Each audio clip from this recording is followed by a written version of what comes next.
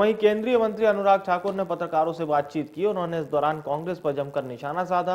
उन्होंने कहा कि कांग्रेस देश को बांटने की राजनीति कर रही है। कर्नाटक और हिमाचल में कांग्रेस द्वारा की गई सभी गारंटियां फेल होती नजर आ रही हैं। वहीं उन्होंने उत्तराखंड में यूसीसी लागू होने पर भी अपनी बात रखी। कहा कि बीजेपी ने अपने घोषणा पत्र में एक और वादा पूरा कर दिया।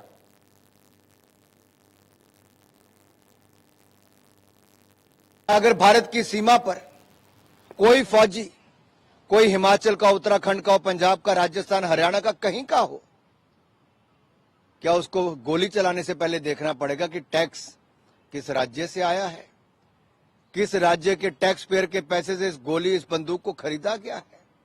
क्या कोविड का मुफ्त इंजेक्शन लगवाने के लिए, वैक्सीन लगाने के लिए गरीब को पहले सोचना पड़ता कि ये सब्सिडी जो वैक्सीन की मिली है ये किस राज्य के टैक्स पेयर ने दी है?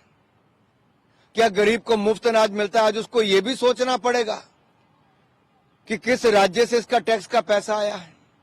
आखिरकार ये देश को टुकड़ों में देखने की राजनीति कांग्रेस क्यों कर रही है? कभी दक्षिण भारत के एक मुख्यमंत्री के बेटे से ये बयान करवाती है सनातन धर्म को कुचलने की, खत्म करने की, जड़ से मिटाने की। कभी हिंदी के खिलाफ तो कभी हिंदू के खिलाफ इनके बयान आते हैं।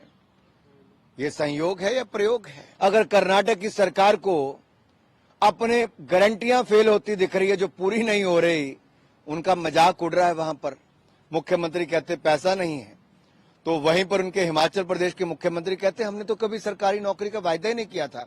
मैं आपको बाइट भी सुनाना चाहता हूं। मैं टीवी चैनल से अनुरोध करता हूं, प्रियंका गांधी का भाषण सुनाइए चुनाव के समय। उन्होंने कहा था 1 लाख सरकारी नौकरियां प्रति वर्ष मिलेंगी, यानी कि 5 लाख साल की। अब मुख्यमंत्री कहते हैं हमने कभी सरकारी नौकरी का नहीं कहा। ये एक के बाद फेल होती कांग्रेस पार्टी और विपक्षी दल आज देश को तोड़ने पर आगे अपनी राजनीति को करने, ये संयोग है या प्रयोग है? सर, कांग्रेस ब्लैक, ये साफ दिखता है कि जब कांग्रेस का चेहरा बेनकाब होगा। एक लड़खड़ाती चरमराती अर्थव्यवस्था 2014 में जो कांग्रेस छोड़कर गई थी, घोटालों से भरा हुआ अपने 10 साल का कार्यकाल छोड़कर गई थी, देश की साख को गिराकर गई थी, वो 10 साल में देख नहीं पाई कि देश मोदी जी के नेतृत्व में कितना मान सम्मान दुनिया भर में पाया है।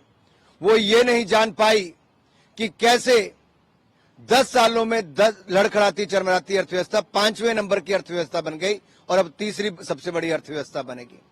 वो ये भी कांग्रेस तड़प रही है कि कैसे मोदी जी ने भ्रष्टाचार मुक्त सरकार दी है। अब इन बातों का जवाब तो कांग्रेस के पास है नहीं। मोदी की गारंटी पास हो गई, मोदी की गारंटी की साख बढ़ गई, वहीं कांग्रेस की गारंटियां फेल होती नजर आती हैं हर राज्य में। मैं उत्तराखंड की सरकार को बधाई देता हूं और साथ ही उत्तराखंड की जनता का आभार प्रकट करता हूं। जब हम चुनाव में गए थे तो हमने कहा था यूनिफॉर्म सिविल कोड लाएंगे। जनता ने हमें अपना आशीर्वाद दिया और हमारी सरकार ने, भारतीय जनता पार्टी की सरकार ने उत्तराखंड में यूनिफॉर्म सिविल कोड लेकर आए हैं। ये भारतीय जनता पार्टी ने जो धारा 370-35A को जम्मू कश्मीर से हटाने की बात कही थी, ट्रिपल तलाक से निजात दिलाने की बात कही थी, भव्य राम मंदिर बनाने की बात कही थी, भ्रष्टाचार मुक्त शासन देने की बात कही थी, और ये सारे वायदे